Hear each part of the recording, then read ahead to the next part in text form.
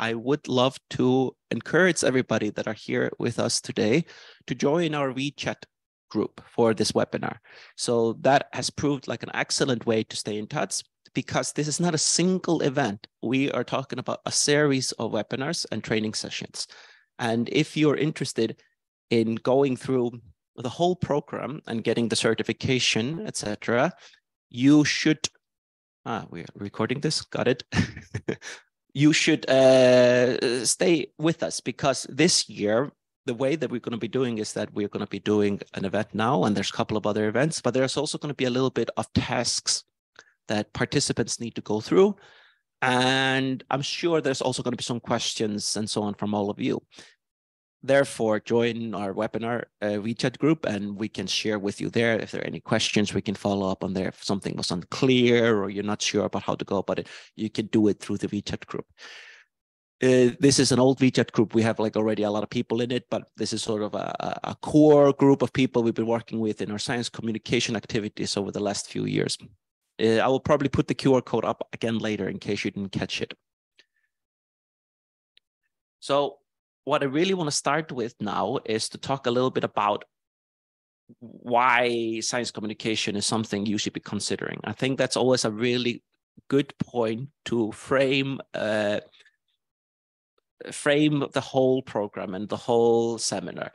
We are here today learning how to improve our science communication skills. Why? Well, I mean, like, first of all, it's always good to be skillful and learn new skills. This is the type of skill that can be applied in a lot of different contexts outside of science and academia. So knowing how to communicate, knowing how to express your thoughts in a way that reaches a large audience or small audience is just a valuable skill overall. And we should absolutely value it as such. But beyond that, science communication with emphasis on science is particularly important for anybody that is interested in being an effective scientist. It starts with basically on your on your academic level, like right where you're in your workplace.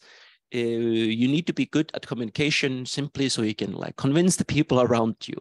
We know that the part of your job is simply to, navigate the office politics in your workplace, right? You need to make sure, if you want to be good academic, that your administration and your colleagues are all on board with what you are trying to achieve. And if you are here to set up teams and research teams and research projects, you need to make sure that your bosses and other colleagues are just as excited about it as you are. This is a big part of why it's important to learn how to share your vision. Then there's also sort of the field-specific stage of it. You can use science communication to increase your recognition within your field of research. You can use it to convince your scientific community about your ideas, the merit of your ideas, as well as to get more attention from your peers. This is important. It helps you to gain influence. It helps you to impress international partners. It helps you to find new collaborators. We all know that a big part of the work of scientists is to go to conferences and participate in the international research community in this way. Then we get a little bit serious. Obviously, science communication is also important on a societal level. You need to be a good science communicator. Well, at least the science and academia needs some people to be good at science communication, if not, but because we need them to be able to convince policymakers. I wish it was so that it was actually the scientists themselves that decide where money is spent. But in reality, most basic research is basically funded by public money. So we are reliant on politicians, right? And people that are in charge. These people often aren't scientists. In other cases, you might be relying on some investors. In these cases, you might need to make sure you can convince people that have those money, those capitalists, like that whatever you're doing is really important. But the good news is this: policymakers or venture capitalists, doesn't matter. They might have a vision, they might want to do something, but very seldom do they know how to actually get there. So they are not scientists. It's actually you that do know how to do these things. You're the expert. So they need you. But you need them to realize why they need you. So there's that. Beyond that, beyond these people, I think you also need to think about how to do public engagement. We as scientists need to have public on our side. Society needs to understand how important is the work of scientists. So the more scientists are able to talk to a wider audience, the more likely we are to have the public on board, which also will influence the decision makers. But in general, we support science because like science, we need to make sure that society understands the importance of science. And you can only do that if you communicate to the people about what you're actually doing. Then I always want to end with the final reason here. And I think this is also the one of the reasons we should not forget. Why are you doing science overall? There's something to the joy of discovering and sharing that drives researchers and scientists. And this is the reason why a lot of us are drawn to this field. There's the curiosity and the joy of discovery, which is a very basic human tendency. So, but beyond that, you need to be able to feel responsible to communicate these wonderful things to better your fellow man, right? Like if these things are so great and you're so interested in it, like why wouldn't you want to share this? So science communication is clearly good for your career, for yourself. It's a great skill, but it's also good for society. It's good for whole mankind. What I wanted to go to here today are maybe some of the main challenges that I've noticed doing this science communication training in the past. This is the third year that we've been doing it. And we have had the pleasure of working with hundreds of participants that have come to these seminars. And they have been talking, they have shared with us videos of them doing their science communication. And I can see now that even excellent, amazingly good communicators and even like really, really excellent scientists and researchers, high level and so on, often have like similar problems with their science communication. And I thought we might kind of go through it a little bit, because I think based on that, we can also try to direct this training a little bit better. First of all, I noticed that a lot of researchers are not very sure how to present their research in a very engaging and interesting way to others. Honestly, there's a huge tendency, even after they did the whole communication training last year, that they would then send in a video where they would be just really talking about technical stuff. This is very normal. This is how science is normally communicated. But our goal here is to find a way to do this in a more engaging and interesting way. And you know what? Every topic that is being researched, in my opinion, is inherently interesting. There's no boring topics. They just do not exist as far as I'm concerned. If you're researching something, there is always some mystery or something important that is not well known. But most scientists are not really sure how to convey this interestingness to people that are not scientists. It's a bit of an art, and it requires you to understand your audience really well and have a clear idea. What is the significance of what you're doing in bigger context, in wider context? Then also, I also admit, I guess one of the biggest barriers that I see a lot of the researchers that are participating here in this training is the language barrier.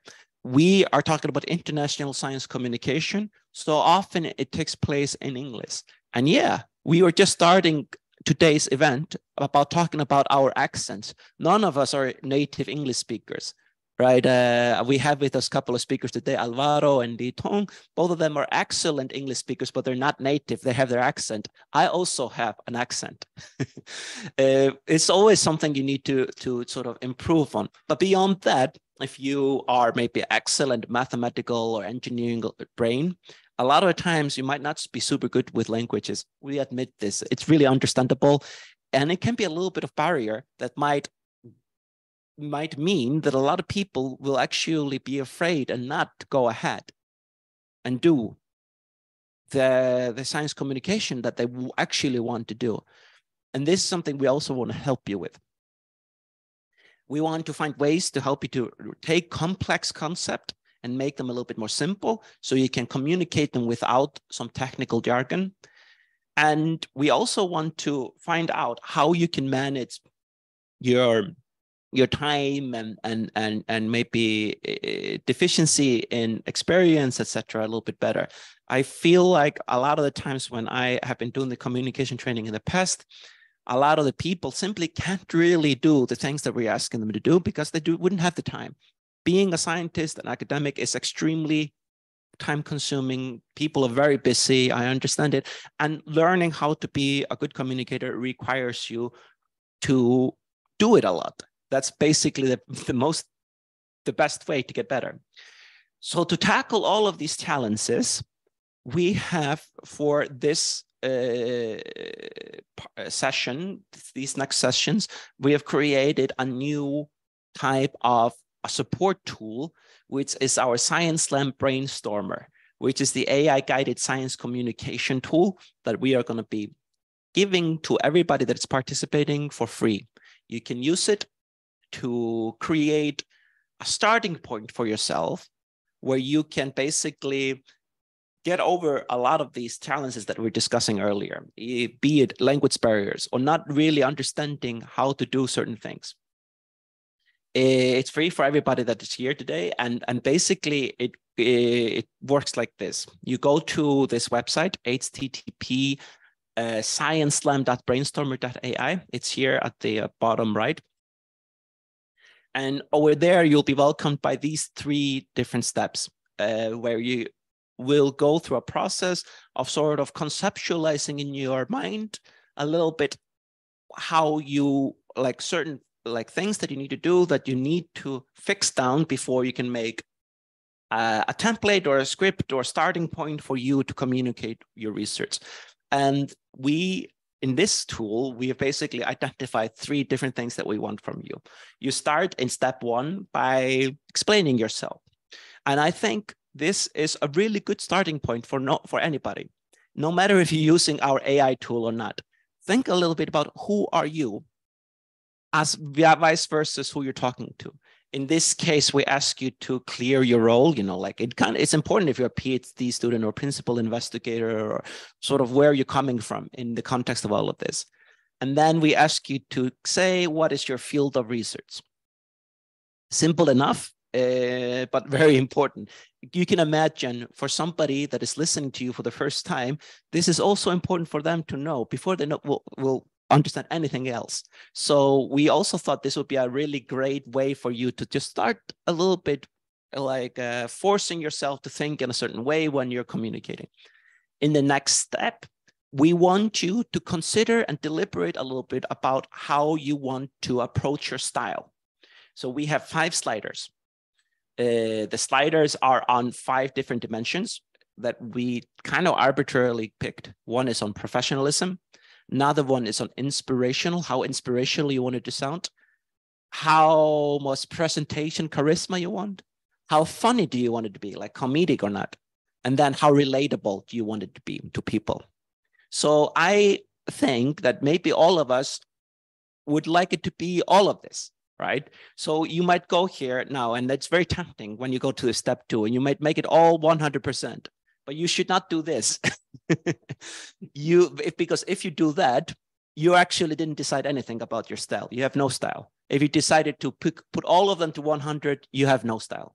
So you need to decide when you're doing something like this, what is more important, what is more in line with what your voice is. So this is also for you to think about, what is your style? How do you want to communicate to people? And don't just put it all to 100. No, that's not a style that exists. For example, if you want to be very relatable to people, you might also want to be very funny, but you might need to put your professionalism a little bit down. This is a very common thing you need to play off a little bit. So we are hoping that if you go through this step of deciding your style in this way, it will also make you think a little bit about how you do your science communication. Finally, we ask you to fill in 4 answers to 4 questions. This is the last step. We want to make it very simple to do this. So we only keep it to 3 steps.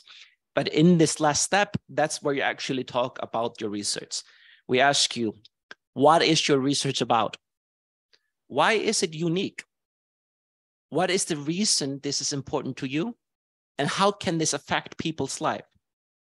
So these are 4 questions that you will have to answer. When you write out the answer into these boxes, you might spend a lot of time on it and write a lot, but honestly, you don't actually need to do that. These questions sometimes have relatively simple answers, but they can be difficult to find that answer if you've never thought about it before. So the first question, what is your research actually about, is the question that I think it's the only question that most people answer normally when they're communicating. They only talk about what their research is about. But that's great. Of course, you need to talk about that. But then by putting the other boxes, we're hoping that you'll also think about other elements of this that is important for other people to understand why your research is something that matters. So you need to be able to explain to people not only what it's about, but why is it different from other things that already exist, right? And then the last 2 questions are probably the questions that I almost never hear researchers do when they're communicating their research. Number 1, explaining to people why this is important to you. So if you want to make sure that other people feel like something is important, do you know where you start? You start with yourself. If you are passionate about something, if you believe in something, if something is important to you and you're able to explain it to others, it's very convincing. And most people will listen to something like that, even if it's something that has nothing to do with their life, and they will understand why this is important through the fact that this is important to you. So you need to explain to them, why is this important to you? Let's say that you're studying something like mushrooms. A lot of people might say, mushrooms sounds very boring. And then you could say, well, mushrooms are actually very, very important. You know, like I'm very passionate about mushrooms. It's the basic thing. Fungi is the basic thing of the organic life. It is the basics of decomposition in life. Without it, our whole organic system would be totally out of whack, etc., etc. Suddenly, other people understand that, oh, it might not be super interesting to me, but I can now understand that it is important to a lot of people. So it's probably a very important thing. And the last thing, how can this affect people's life? In what way does it affect people's life? And this is something that when you are applying for research grants is often called the impact factor. And I know that it sounds a little bit like high level kind of thing, you know, how many billions of dollars will it make or whatever. But honestly, from what I see when I'm looking at these funding schemes and so on, the impact factor is often more about sort of how can this actually change people's life? How can it actually, why does this matter to people and up to what degree? If you are doing something with climate change, for example, what will this actually mean for people in the end? Will it make like the planet more livable, blah, blah, or something like that on a very high level? In a more specific level, how will this matter to people's life? So through these 4 questions alone, I hope that you already have a totally different view of what you need to be communicating when you are doing a science communication piece. So basically, after answering these questions, you don't even need the AI tool anymore. Honestly, this should be a good start for you to just start writing your own script. You already contemplated, you already meditated on these questions that we just asked you, and you should be able to start writing, trying to emphasize and embed the answers that you already had, and you should be already quite good.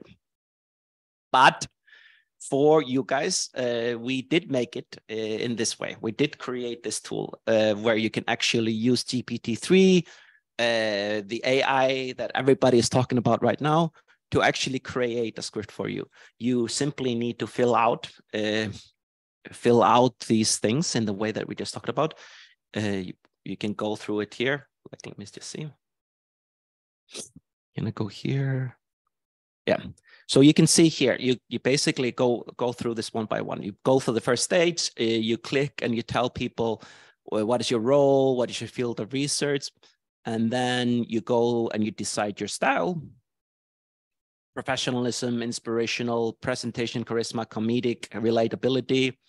Then you go and you tell people about your research. In this case, we imagined a researcher that is doing something on carbon capture.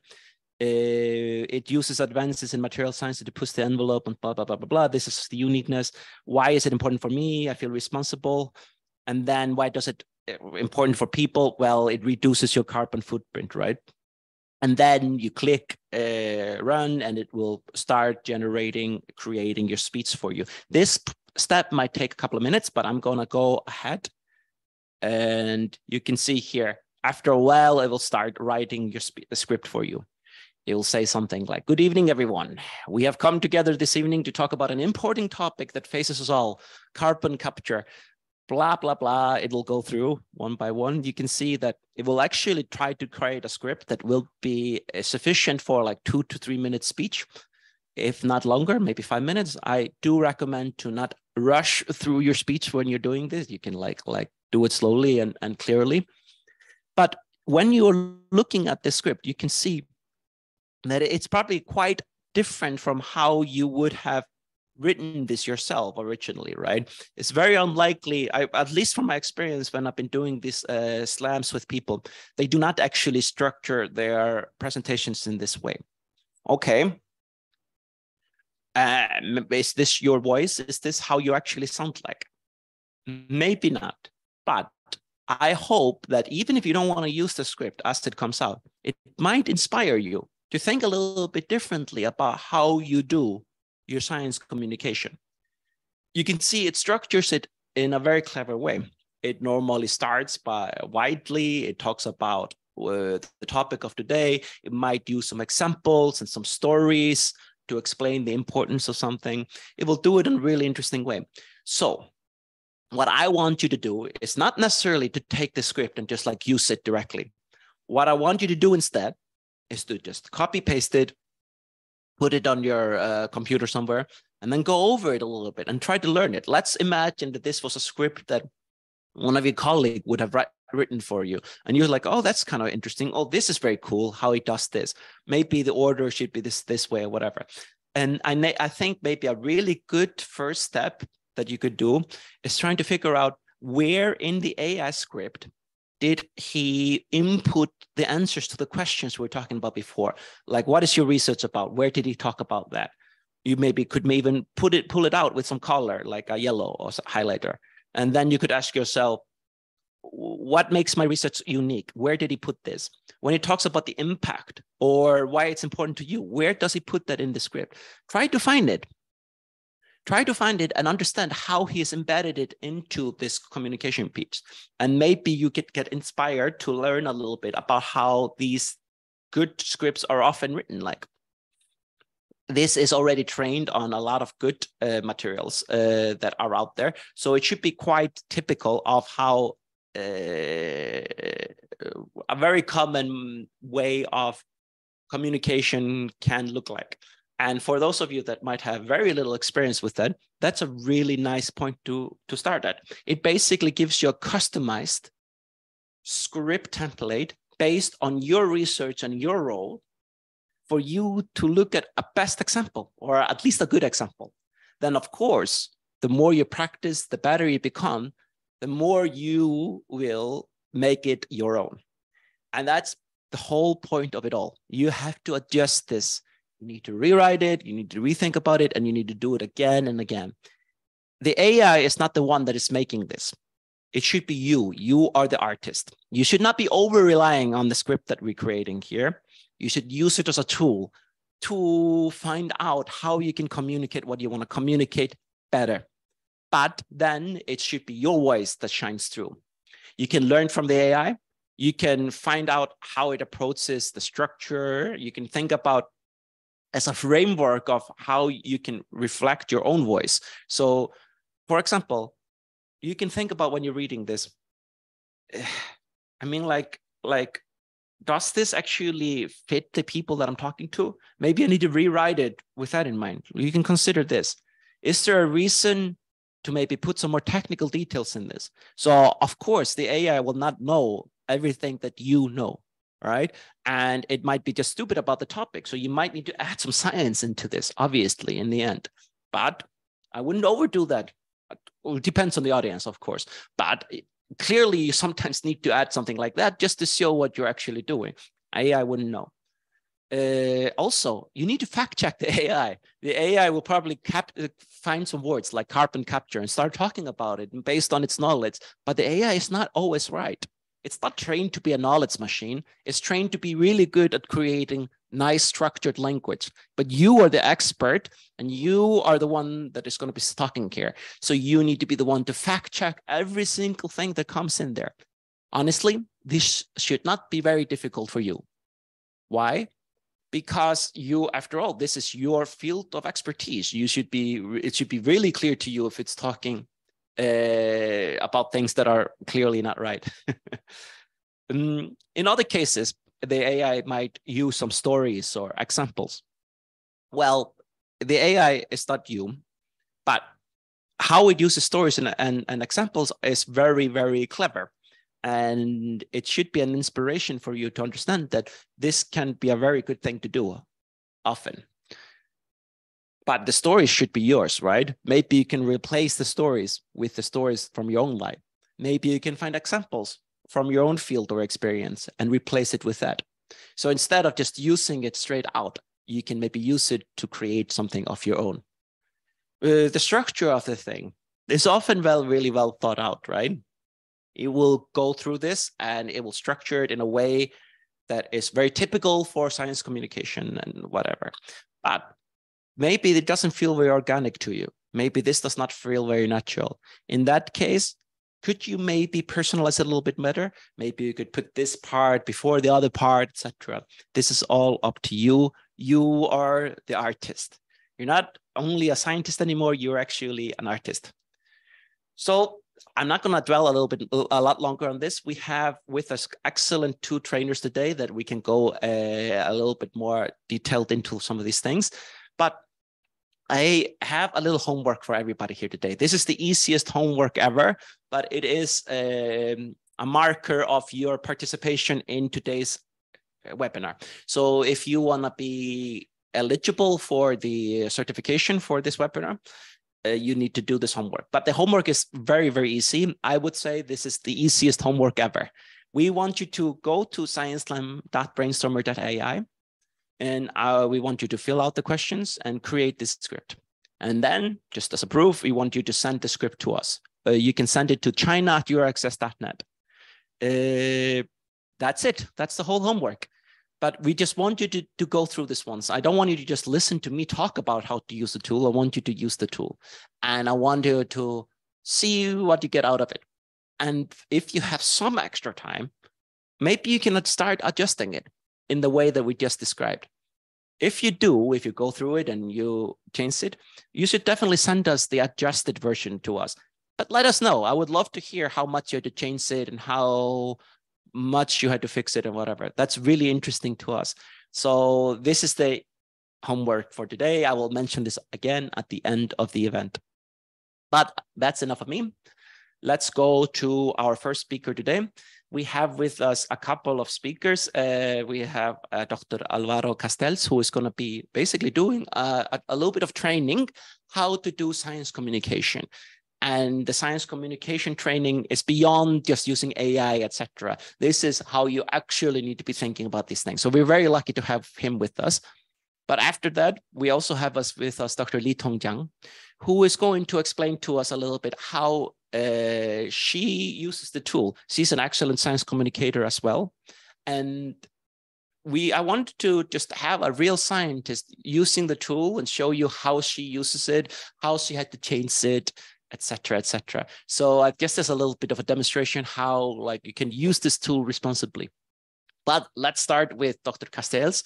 Dr. Alvaro Castells is a researcher and associate professor at the Guangdong People's Hospital, which is a public international research institute funded by the Guangdong provincial government, working in biomedical research. He's also our last Science Slam winner. So that you should know that he's pretty good at science communication. He also spoke last year in our science communication training last year. So some of you might be familiar with him. And now he will take over speaking about the basics of science communication. Alvaro, are you there? Yep. Can you hear me? Very well. Okay, thanks a lot for the kind introduction. I'm going to begin to share my presentation. Just tell me if you can see it and if everything works all right. See your screen and... Yeah, and now I'm just putting it on full screen. Is it working now? There it is. Okay, so I'll take over for a little bit from there. So thanks a lot first to Euraccess for their invitation to come here. It's always a pleasure because I work in basic science research, but science communication and outreach has always been a thing that I have liked to do, and it's always a good opportunity just to be able to talk a little bit about this. I'm going to try to keep this as colloquial as possible. We have at the end of the day not that much time today, and I'm not going to go into theory of communication, etc. I'm going to try to make it something so it's short, to the point, some tips and tricks, and trying to be useful, and we'll also try to be at least a little bit entertaining. Haldor has already introduced some of the concepts that I will be talking about today, so I apologize in advance in case there's a little bit of repetition, but many of these things actually is good to hammer them on. So first, very briefly, I already been introduced, so just so you know about me, I am a PhD in biomedical sciences. I work here in the Guangdong People's Hospital, but I've been working until recently in Europe, mainly.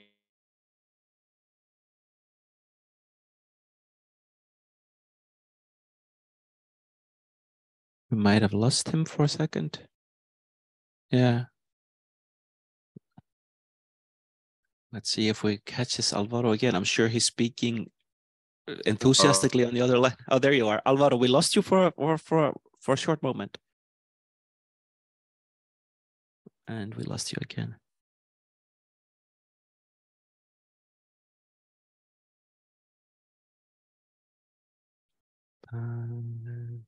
Let's give him a moment. Alvaro, are you with us?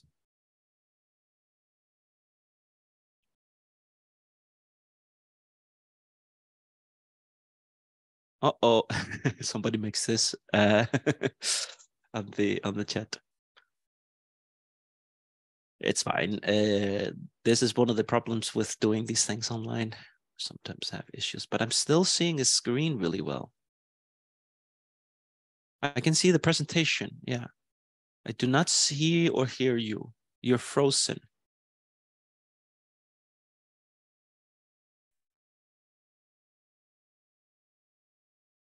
All right.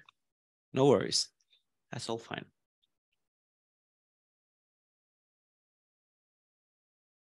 We'll figure that out for sure.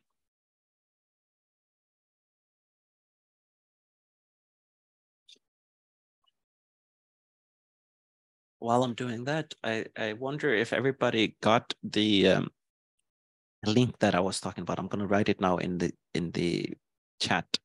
And maybe I could ask, has anybody already tried it? If you have tried it, maybe you can write into the chat how it is working. Because it's always a little bit of a shock using these AI tools for the first time. You always feel like, Christ, that's so interesting. Sure.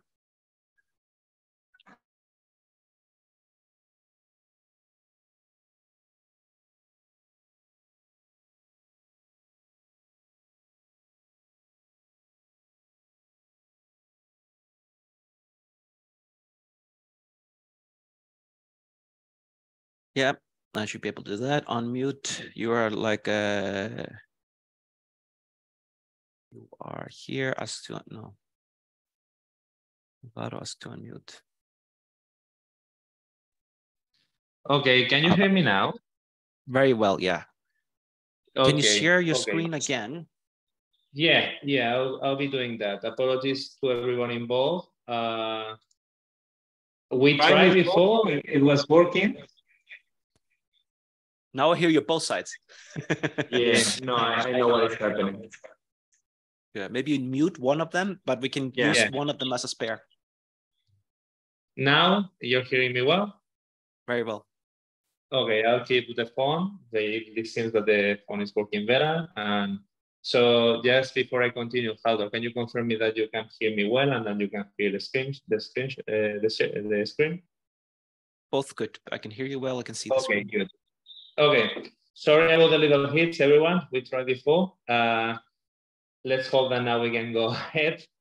So as I was saying, I've been working in science, but I also have had quite a little bit of experience in science communication, both as a participant in several contests, but also have been an organizer of the Pint of Science in Barcelona for several years. So I've been working in both sides of the aisle for this. And today I'm going to talk a little bit about my experience and a little bit about tips and tricks. But first, you allow me to begin from a historical perspective. I'm going to explain why I think we are in what I call the golden age of scientific communication. So many of you, when you were younger, may have already, before you were thinking about scientific communication as a concept, may have been able to see Cosmos of Carl Sagan, or heard about Stephen Hawking, or even saw Once in a Time in the Human Body. One of these is more serious. And this is what I could consider the classics of science communication. For many of us, the first approach to science communication. But they, in general, they had a generalist target. They were not free. They had big budget. They were big team efforts. And normally they had a big question approach. We're going to talk about the universe. We're going to talk about the body. We're going to talk about the planet. So they were pretty generalist. And they are a passive consumption. You either read or you either see it on a screen, and that's pretty much it. But then we had what I would call was a game changer. They were the TED Talks. For the first time, it was not like people, specialists in science communication, but scientists, the ones that were communicating what they were doing.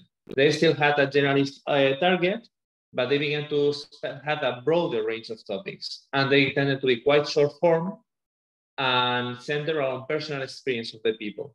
And slowly but surely, we began to have more specialized topics being presented. We were going from the universe to I'm an expert in black holes, things like this. And nowadays, we have a wider variety of communication, of science and culture that we have ever had. We have communicators that are more generalist and for specific targets. There's an immense range of topics. They can be very short. We have people that are doing 3 to 5 minutes videos, and to people that are going 3 to 5 hour videos. And nowadays, what we have is that the people that are doing this, they have smaller teams because there's more and more tools, just as artificial intelligence, that I'm going to talk afterwards about how to do this communication. And we can have very nice, very clever communication about very specialized topics on a way smaller budget. And most of them, because thanks to YouTube, thanks to podcasts, etc., most of them are for free. So nowadays there's more variety than ever. But this creates what I could call the information paradox. Information has never been more easily reachable in the story of humanity, but at the same time, there has never been so much misinformation around. If I search for heliocentric model in Google, I got 2 million results. But if I search for flat Earth, I also get 2 million results. If I search for coronavirus is real, I get, admittedly, a lot of results. But if I search for coronavirus is a hoax, I still get 63 million results. So even though there's way more information that there has never been, being able to communicate the information and being able to be truthful with this information is more necessary than ever. So first of all, this is something that Haldor has already said, but I'm going to repeat it. This is what I think communication needs to be. It needs to be truthful, it needs to be easy to access, it needs not to be elitist, it needs to be able to reach everyone, and it needs to be understandable. So I'm going to give some tips and tricks about how we can make our science communication this way. So that's why we are going to begin to talk about these basics of science communication. If you can get only one thing of what I'm saying today, if you only get one message, it has to be this one. It has to be the adequation of the message. The message has to be adapted to the type of public you're communicating to. This is the most common mistake that I see people that are doing science communication to make. You are all very knowledgeable about your topic. You know a lot, but you need to be able to understand what the people know and to be able to adapt the message to these people. So you're not going to talk about Hegelian dialectic to a toddler, and you're not going to talk about thermodynamics, saying that the train goes choo-choo in a conference, right? So you need to be able to, first of all, understand what is your public, and unless you're absolutely sure, do not assume any previous knowledge. I'm going to repeat myself. This is the most common mistake. So always think about, am I assuming the knowledge of the people? Are the people going to be able to understand me? And there's like a really small trick, really small tip that you can use, which is the rule of explaining to your grandma. Unless your grandma has a PhD, in which case this is not useful for you, please think, if I explain what I'm saying to my grandma, would she understand or not? As I was saying, you need to try to minimize the amount of difficult and technical concepts that you have. It's normal that you want to explain everything, that you want to span a wide variety of topics. But if you have topics or concepts that are difficult or very technical, it's better to explain very well 2 or 3 concepts than to explain very bad 10, because people won't understand anything. And it's always worth to spend a little bit more time in the introduction to make people know what you're going to talk about, that in the proper body of the message. Normally, when you're talking in a conference, you have this rule of 5 minutes introduction, 15 minutes body, 1 or 2 minutes conclusion. That's good for a conference, but you can expand, and you should expand way more your introduction when you're doing a science communication, because people need to be on your level. You need to take as many people as possible and put them to the level in which they are ready to receive the information. Talking about information, it's always good to think about how can I structure this information? This is very basic, but people love hearing stories and they hate hearing lists. So it's always good to try to use a narrative approach for your story. You have to think in classic concepts of narrative. You can think about the 3-act structure in which most of fiction is based on. You can think about the hero journey in which somebody goes on a travel and goes back.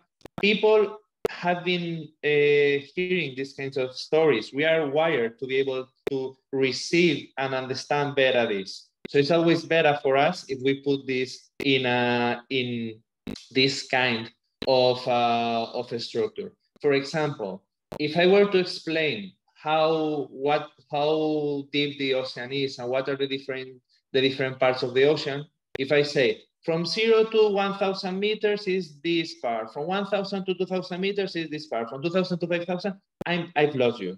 But if I say, okay, we're going to go in a journey, we're going to slowly go down, and we're going to see how in the first region where the light is still going to accompany us. And as we go deeper and deeper, when we reach the second region, you will see how we have this completely lack of sunlight, and we will begin to see. And suddenly I'm explaining the same, but it's going to be way more interesting, and it's going to be more likely that I'm not going to lose you. Also, one important thing that Haldor has already said is that it's always good to say why this is important to you.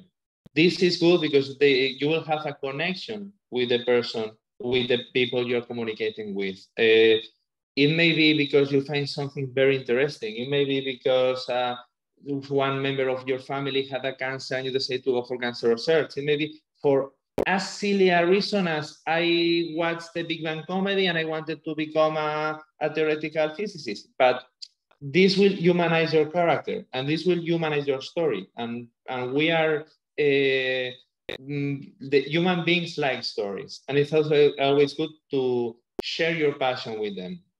Also, do not be afraid of using metaphors, because many difficult concepts can be helpful if you use metaphors. But do not fall in the metaphor trap. What is the metaphor trap? So there's always an equilibrium between how easy is something to understand and sometimes how real and correct it is. And you need to find an equilibrium between, okay, all of this is a picture of a man, but this may be too difficult to do, and this may be too easy to do. So I'm going to give you, I'm going to read you an example. I'm going to talk about the recognition, how the coronavirus goes inside of the cell. I could say, an envelope anchors spike protein mediates coronavirus entry into host cell, first binding to a host receptor, then fusing membrane and host membrane cell, define result, and I've lost you. I lost you 10 seconds ago. This is very boring. It's very, very, very correct. But somebody that doesn't know what is a receptor binding domain is going to sound like complete gibberish. I could also say something like, the fox wants to go inside the hen house and has a special key that opens one of the doors of the hen house. And yeah, there's a metaphor there, but you are not really understanding what I mean. Or you can find a nice middle way in which I can say, for example, the virus entering the cell is directed by the binding of one small part of the surface of the virus to a protein which is in the surface of the cell. You can think of it as a kind of handshake. If you can do this handshake, you will be granted access inside of the cell. This is true that is not as correct as this one. I'm talking about one small part of the surface of the virus instead of a viral protein. I'm talking about a handshake instead of protein recognition. But unless you're a virologist, unless you're a biologist, I think you will understand this better than this one. So my point is that use metaphors, but try to make them as true as possible. It's an equilibrium at the end. Also, a very good idea that I found this very useful is what I could call anchoring the information.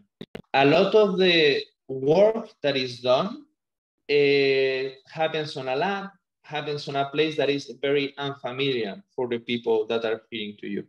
So it's good to make them relate to their personal experience. And it's very important to make them understand how this information can affect their life. For example, I work with DNA and I work with histones, and I work the way the DNA is wrapped around the histone. There are some proteins inside of the cell. You may not have heard of it, and what I have just said may make no sense for you. But what I say is, so the DNA works like a fiber, works like a very small fiber. So there are some proteins inside of the cell that works like a bobbin to which the DNA is wrapped around. And the way the DNA is wrapped around affects how the cell behaves. You are more familiar with a bobbin of thread than with an histone. So you're probably going to be able to understand this better. There's some topics which are easier, no? If you work in cancer, it's very easy to make them people understand what it is important. But there are some topics that have far-reaching effects, or they are not as evident, and it's always good to make people, look, you should be interested in this because of this reason. Try to make the effort of telling people why they should be interested in what you're saying. And science, at the end of the day, is not something that happens in a lab. It's something that happens every day all around us. So if you can find examples of everyday examples in which people are affected, people will be more invested in what you're saying. Now we're going to talk a little bit about styles of communication. Haldor has already introduced it when they were doing the artificial intelligence application they have done. There are as many styles as there are people, but you need to think about what is your style or the style you want to choose for this particular time. Also, the style is the spice. It's not nutritious, but it can make your story way more appealing. So you don't have to have a style over substance, but it's good to have a little bit of a style and make things interesting. I'm going to give you some examples about different styles that you can think of, different examples, but there's a lot of styles that you can choose. One, for example, the one that scientists are more used to is what we call the professional. The professional is somebody that is really knowledgeable of their stuff. They present themselves as a professor, as a doctor, and they explain things in a very objective way. This is the one we are more familiar with, and this has its place, but maybe it's not the one that is more interesting, or they can reach a certain type of audience. Like children won't like the professional archetype. There's other type of scientists, other type of science communication that could be the showman, just as this guy, or if somebody remembers the 90s, Big Man. They are not as professional, they are not, maybe they are not as deep, but they certainly know how to put a show, and for some people, maybe the way in which they can learn a couple of key concepts. There's always the passionate. There's some people that, be them professionals, be the showmans, you can feel how passionate they are about what they are doing. And this is the main characteristic that they have. And sometimes they can be even poetic about what they do. And it's very important to be able, and it's very useful when you can be this passionate and communicate your passion to the rest of the world. There's also the comic. The people that what they do is they make jokes, and they make you learn with jokes. This is actually one of the most difficult to pull off. Comedy is a serious business. So comedy is very hard to pull off, but if you can make it work, it's one of the ways in which people will listen to you better. This is one of the ones that is becoming more and more common in the last years, which is your next door neighbor. Somebody that he may be very knowledgeable, he may have a PhD, but he's not showing off as a professional. He's basically saying, okay, I'm your friend, but I have a PhD, so I'm going to explain this to you. And for the younger people, it seems that this kind of approach is very useful. I'm not saying you need to choose one of those. I'm just trying to give you ideas, and maybe you like one of these. Then, this is a tricky one, public participation. Public participation is one of the most powerful tools, but also one of the most dangerous. At the end of the day, your battle is, can I keep people interested in what I'm saying? And if you make people participate actively in what you're doing, it can be really, really, really engaging. It can also be disastrous. So you need to think about, what is my format? Do I have a time limit? Because if you have a time limit, it's better to avoid this. You need to be ready for flexibility, for improvisation. But if you can pull the public inside your performance, that's going to be something that they will remember for years. So it's high risk, high reward. And finally, this is something that is nowadays very obvious, but the multimedia approach is always good. It's good to combine images, sounds. The more senses that are stimulated, the easiest is to understand and retain information. If I talk about your atom and I just only give you this information, you're going to understand a little bit. But if I give you images, and if I give you sounds, and I'm giving you an image at the same time of talking, like, this information is you will receive this in an easier way. Props can be useful. If you have seen my presentation, I use some props, but once again, don't make them the main attraction. People once again, it's a matter of style over substance. The important thing is the substance.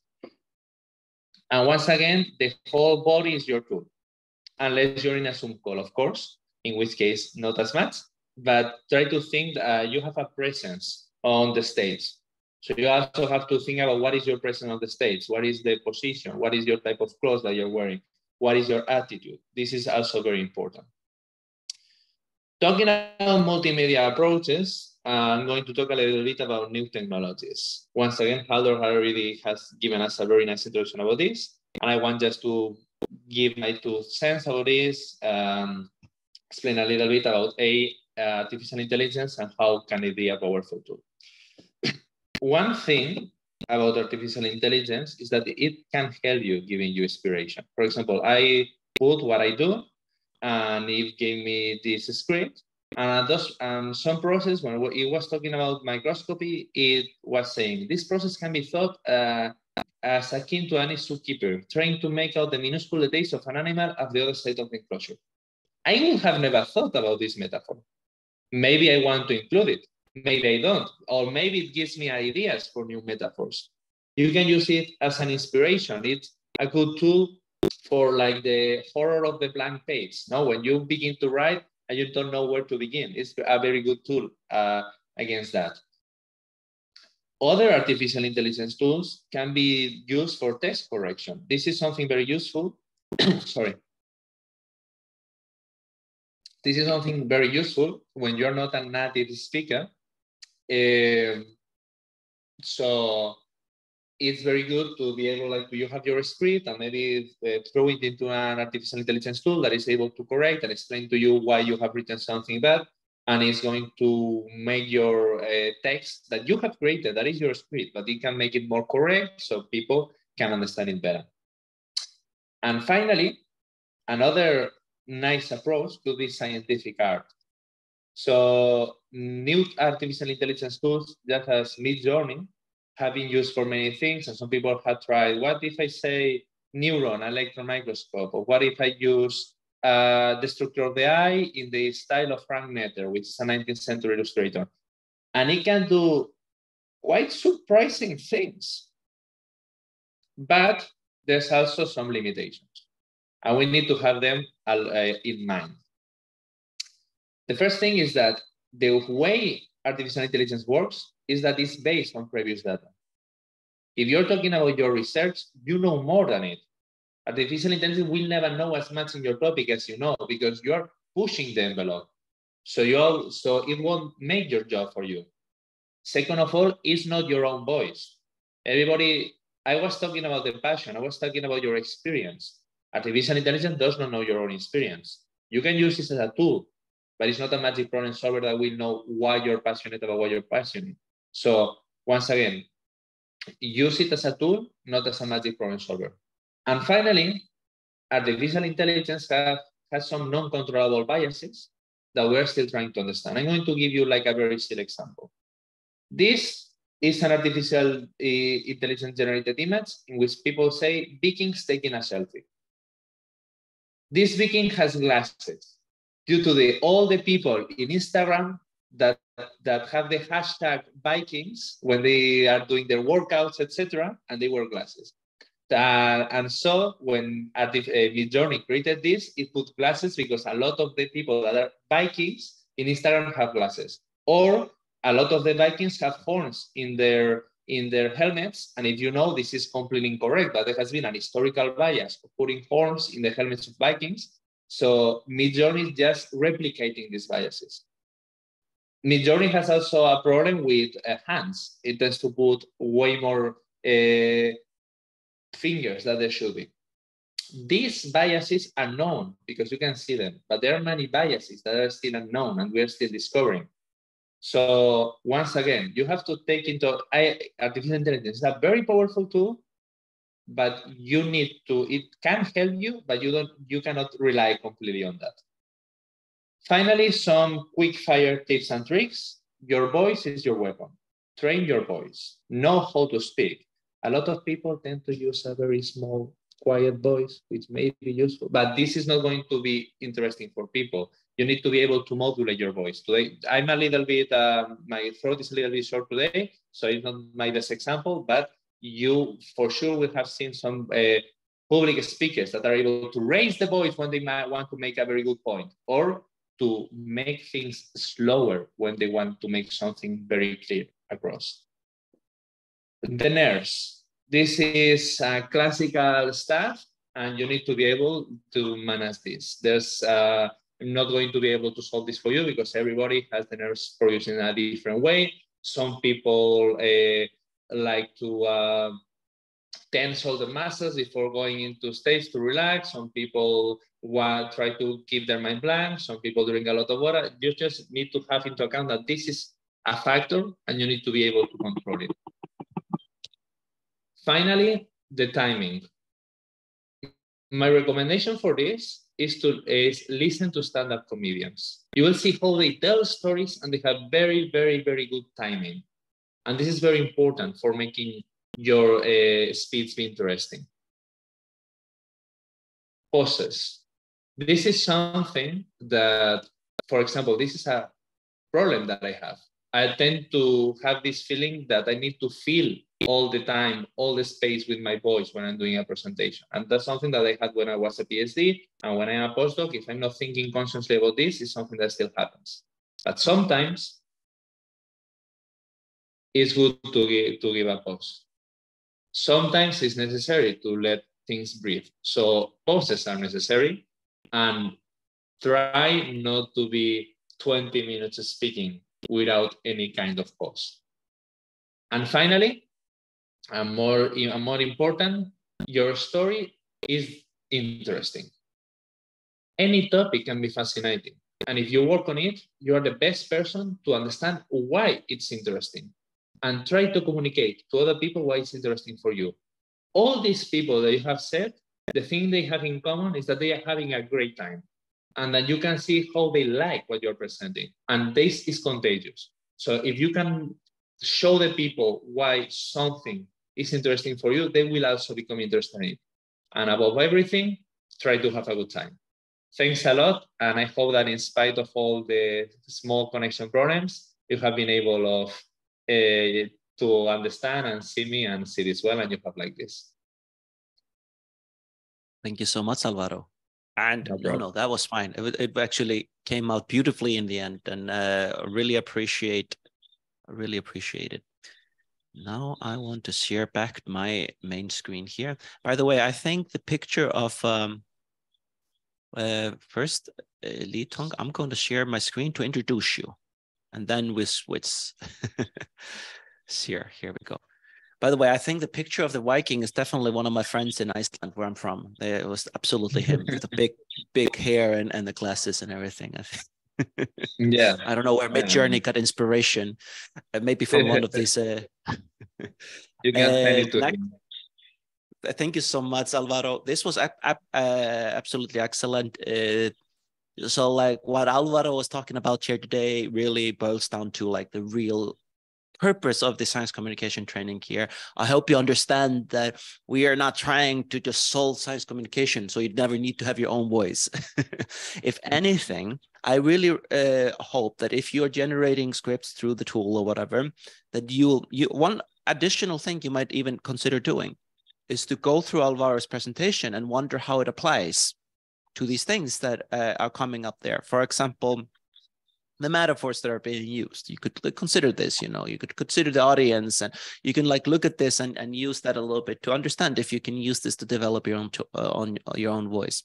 So now what I thought would be an excellent way to sort of take it all together today is to have a demonstration from a colleague that is a pretty good science communicator, and we've had with us in the Science Lab before, Dr. Lee Tong Jiang. She tried her hands on the tool. I haven't heard it yet, but I think she tried already using this tool for herself before. And I would really like to hear from a real scientist how it worked out for her and what sort of ideas came to her mind. Dr. Jiang is a postdoc researcher at the Institute of Physics at the Chinese Academy of Sciences here in Beijing, as well as a Google Female Tech Maker Scholar of 2018. And most famously, clearly, it was her participation in the Science Slam, Euraccess Science Slam in 2021. No, I'm just kidding. Probably not the biggest thing, but that's where I learned to know her from. And I'm really excited to hear what she has to say. Thank you so much, Lee Tong. You can take over the screen.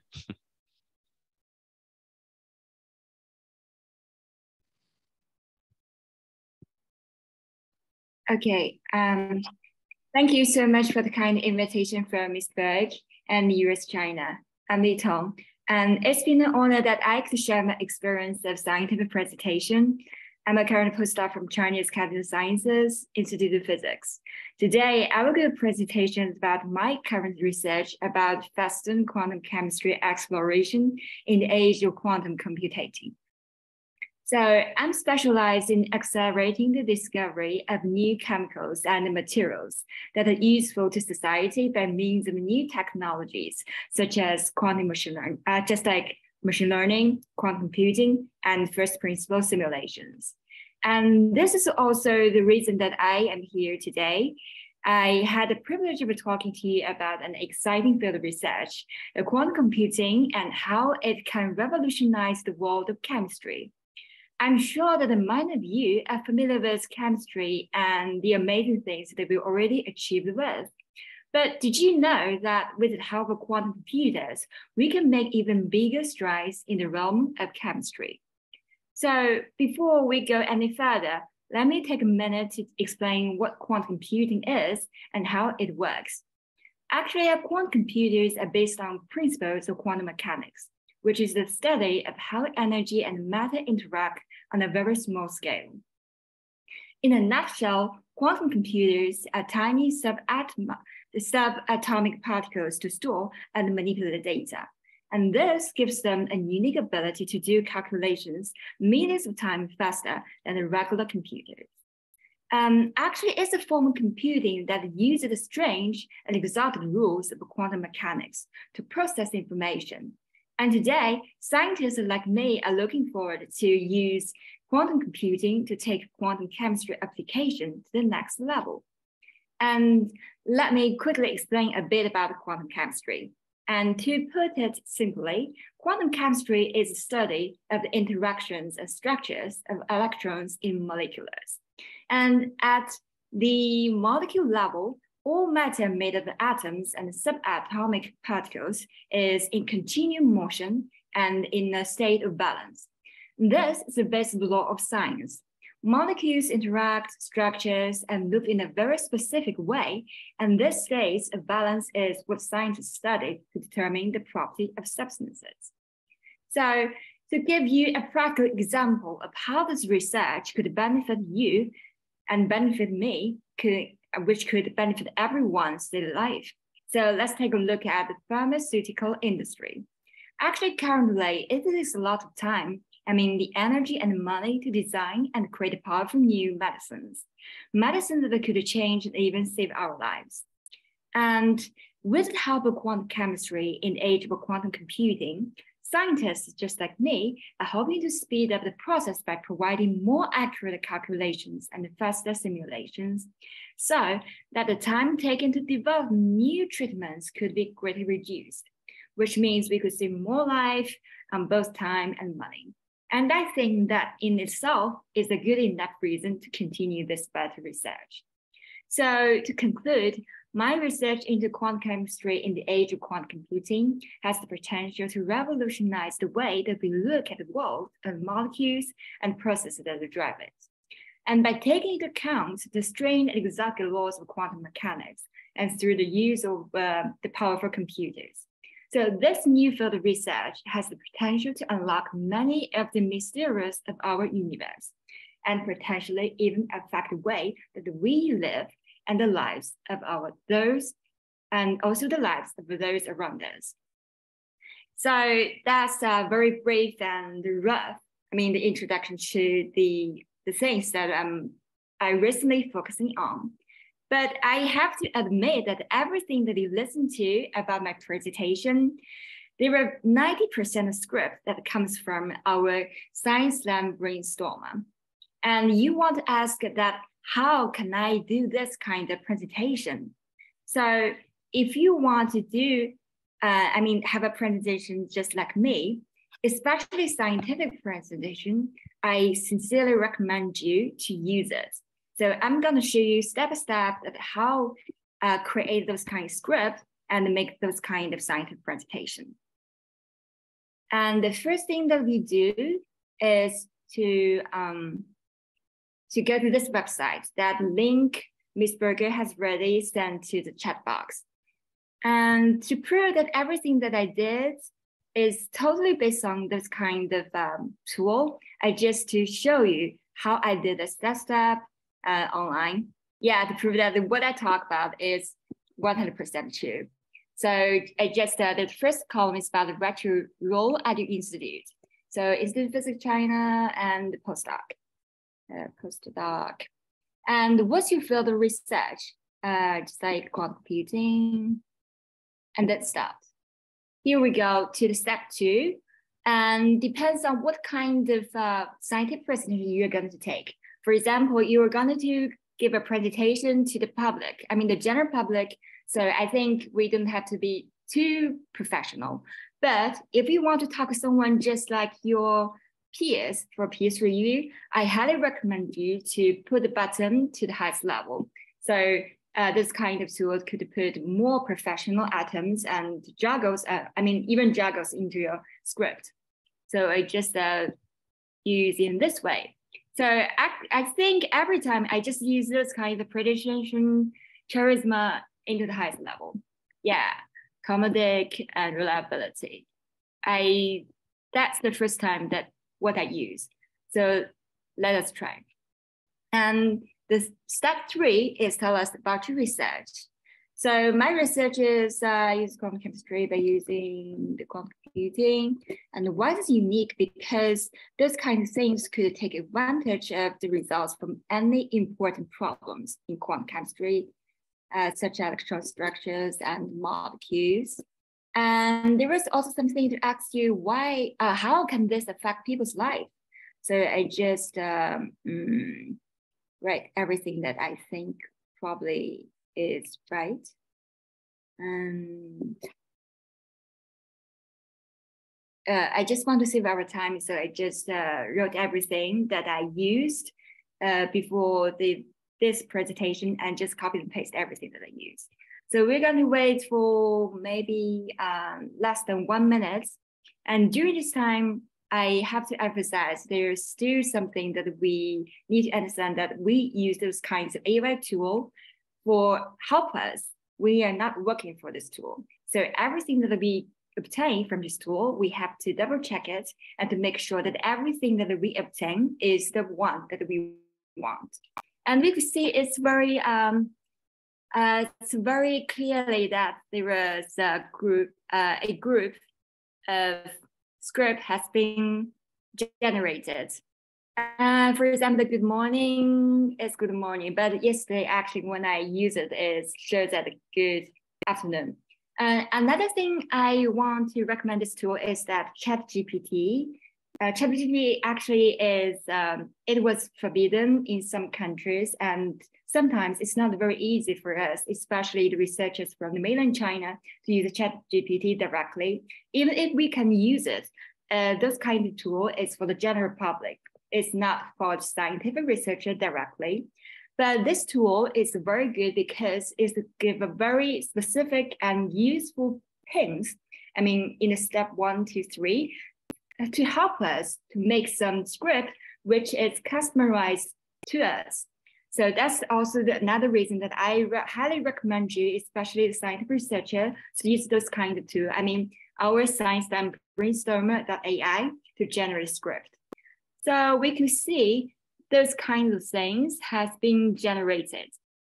Okay, so we have beginning, good morning, everything, a brief introduction, and to other scientists, I mean, to introduce that our a scientist, and blah, blah, blah, blah. And at the beginning, we also have a very good ending to thank everyone who listened to you. It's, I think 90% script that we could use. Actually, in reality, I highly recommend you to generate more than one version and use some of them to make a new version for the reality.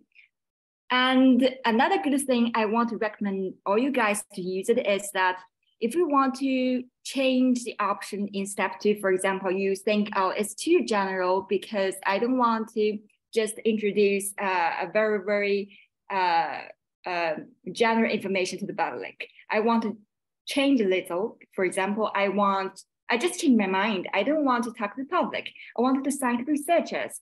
So what we do, we don't have to write everything beginning step by step. What we do is just click the button return. We go back to step 1. Then everything that we wrote at the beginning has been saved. So we just here. So here we have a look at the professionalism.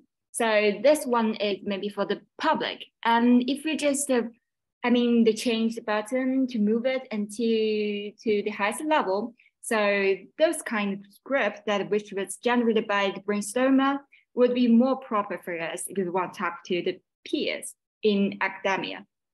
So the next one, done. So we're gonna to regenerate a new version. Yeah. So actually, that's what we do. And we copy and paste the 2 versions to abstract everything that I need to generate a new version. So this one, we got a new one, which is much more professional than the previous one. And with for about 1 minute, we could have a much longer scripts than before. So we could just choose everything that you need and change everything that you want to make a new one, which only customized to you own, and to make the scientific presentation just like what I showed us before. So that's everything that I did yesterday. Only took me about 20 minutes. And to tell the truth, actually many years ago, especially last year that I participated in Science Slam, I was thinking about maybe one day that we could have a kind of new machine that could generate script directly. And instead of those kind of researchers don't have to spend lots of time to write those kind of scripts, just especially like me, I'm not a native speaker of English. So actually I spent lots of time to rewrite everything that I wrote. But this kind of tool is very, very useful and practical, especially for science researchers.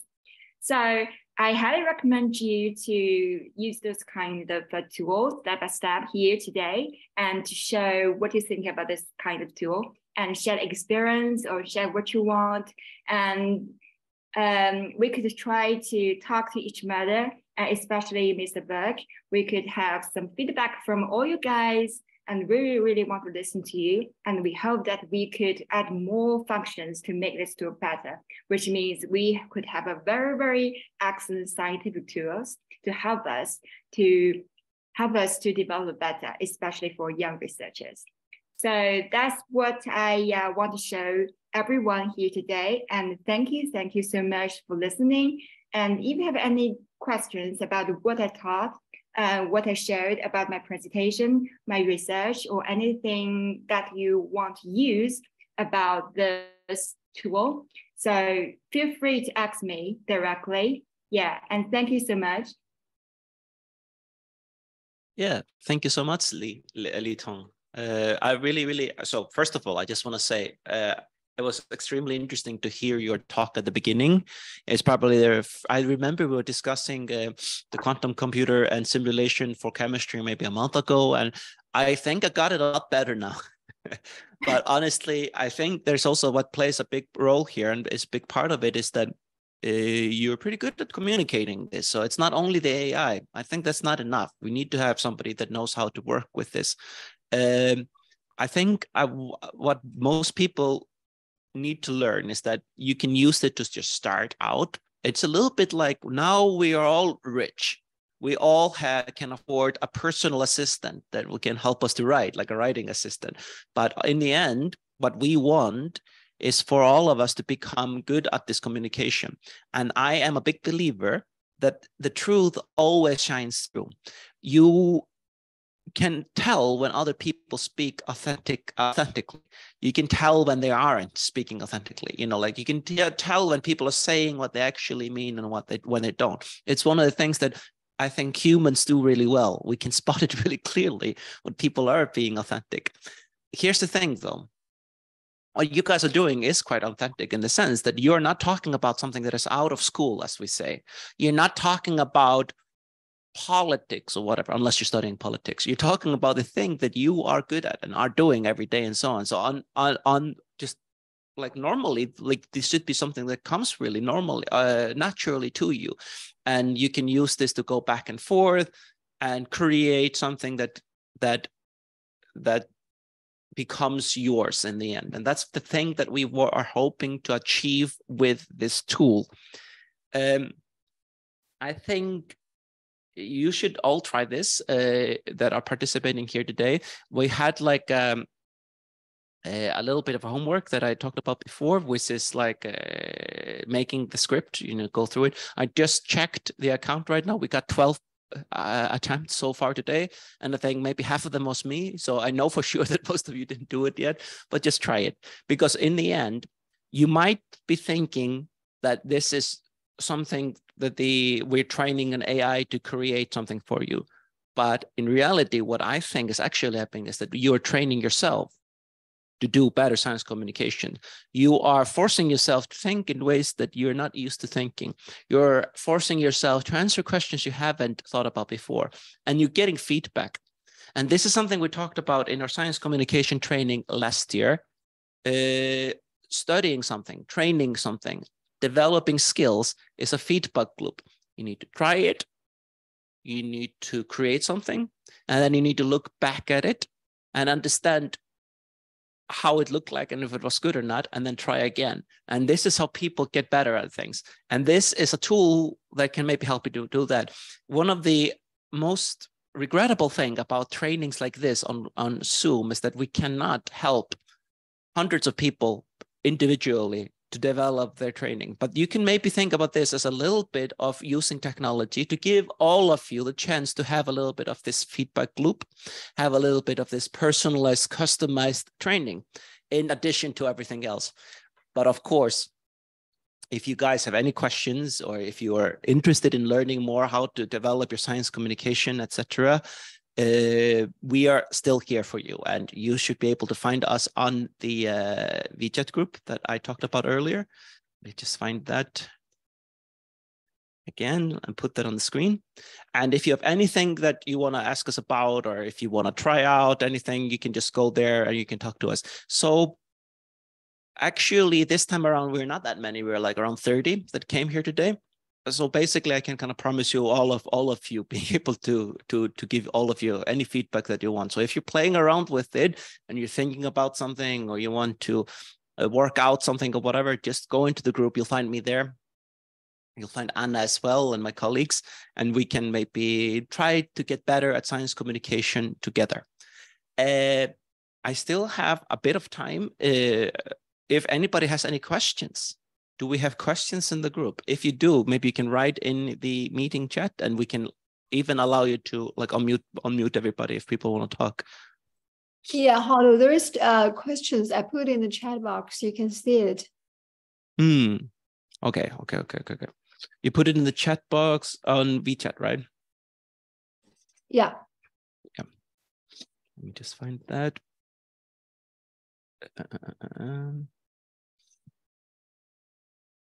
There we go. Maybe we could also allow people. Is there anybody here that just wants to speak directly? We're so few of us anyway. Maybe you can like raise your hand or just say it,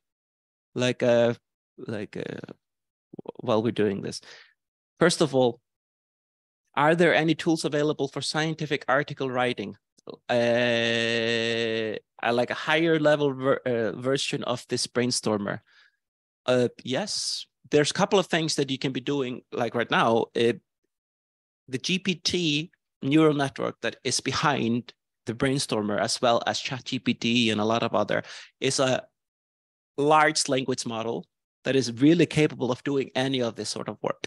Here's the thing though, if you don't know how to science communicate to begin with, you are not able to direct the GPT either to create a good science communication piece. That's just how it works. So you need to know what you want from it to get anything useful out of it. Honestly, you should be pretty good at writing scientific articles, most of you. So you could probably get the GPT to do this. But some people might be better than others to do this. So it would be extremely easy to use the open API that OpenAI offers, the company behind the large language model, to create similar tools like the ScienceLab Brainstormer to do exactly like that. You just need to then fine-tune a specific model. You can use it. You can use a lot of scientific articles that already exist. You can fine-tune it, and then you need to have some expert, which is not me, but like an expert in scientific writing, to sort of understand how to direct and instruct the model correctly to create something like that. Does it exist yet? No.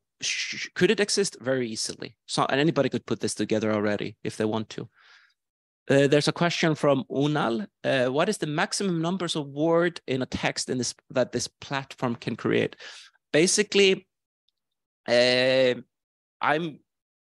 in this application that we put together, we're using GPT 3.5, and GPT 3.5 uses is limited by maximum 4,000 tokens. Token is about 75% of the size of a word. It's not quite one word. It's a little bit different because I think about like meaningful word units in a different way. That means the limit is about 3,000 words using that model.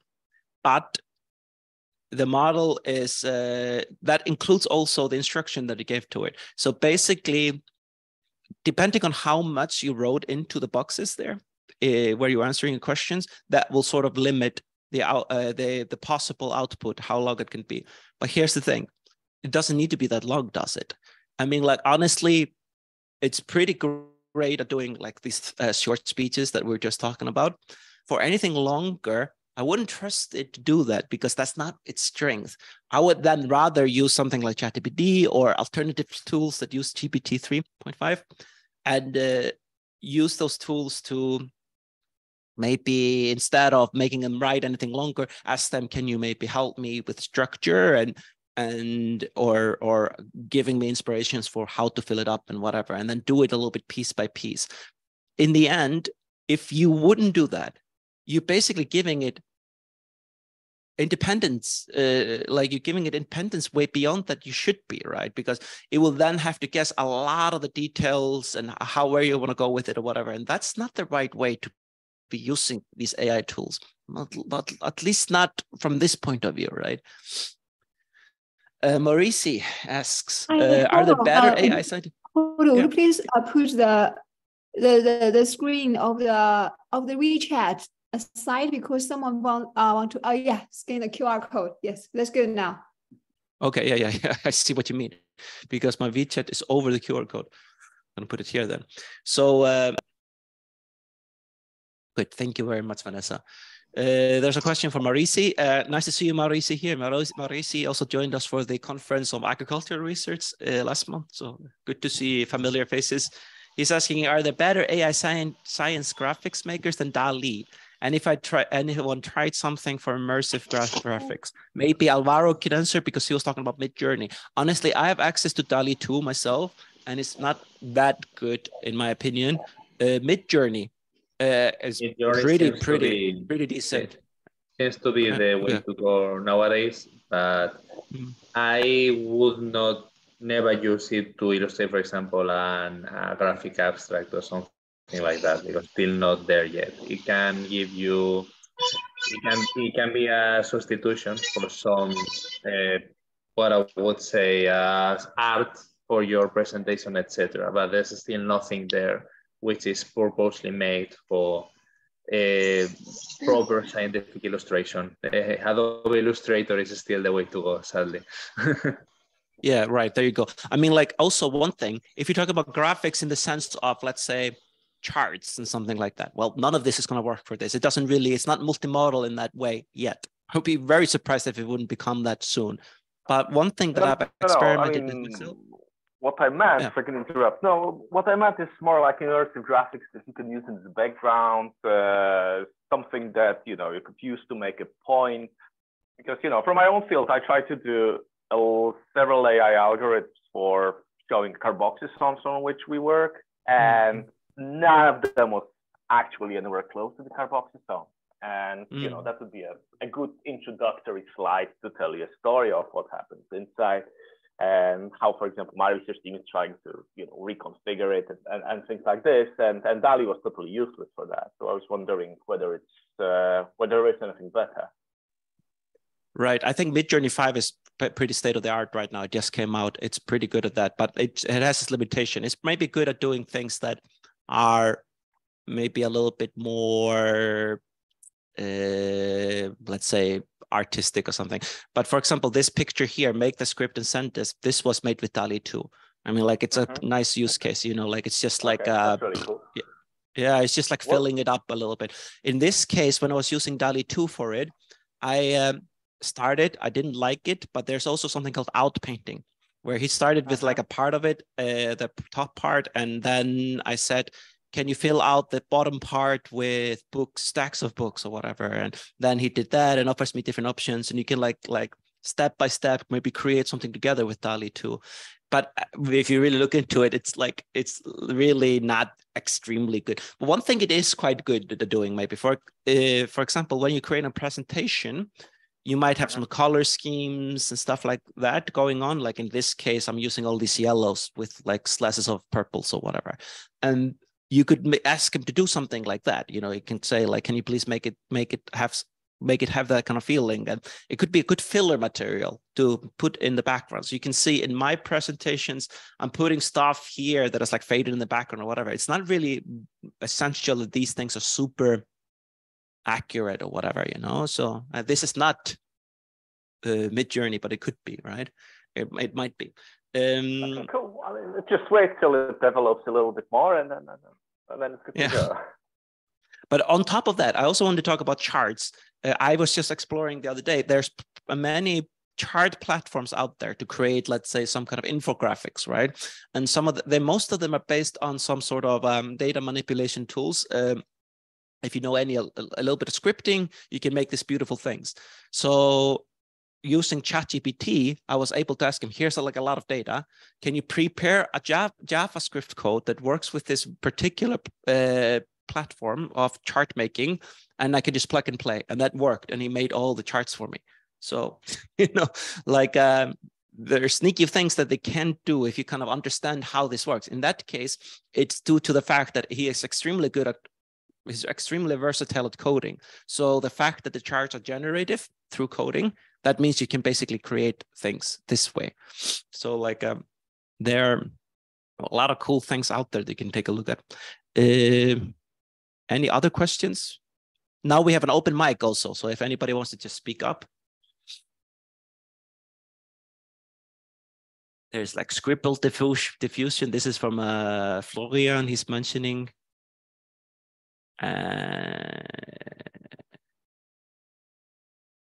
And there you go. Anything else? If not, I don't know. Anna, are you still with us?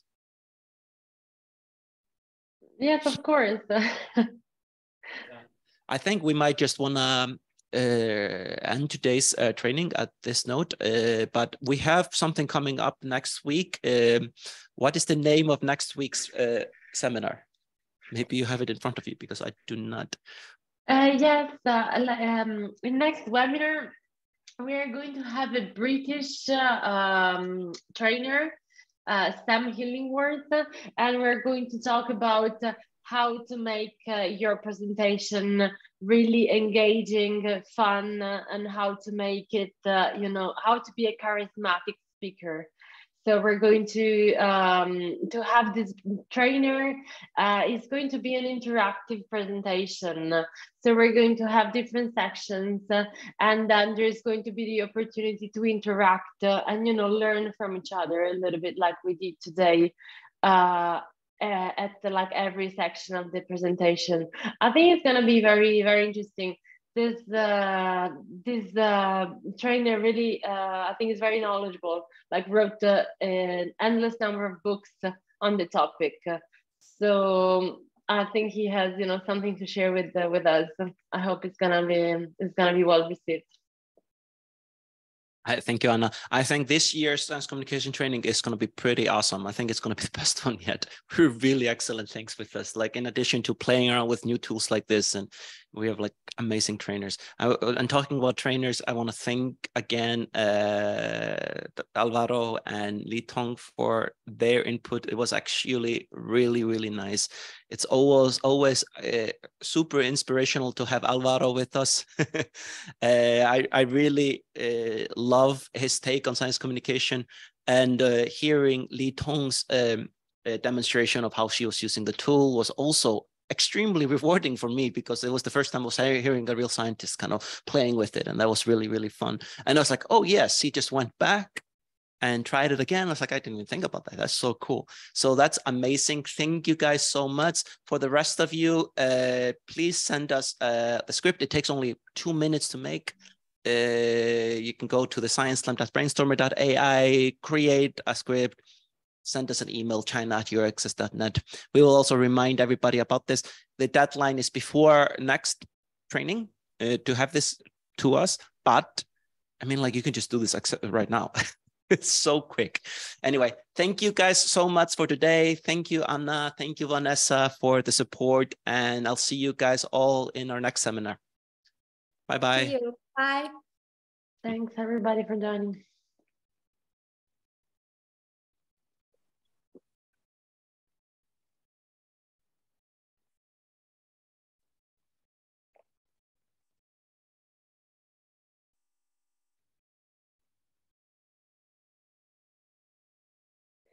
I'm going to end the meeting right now. Okay.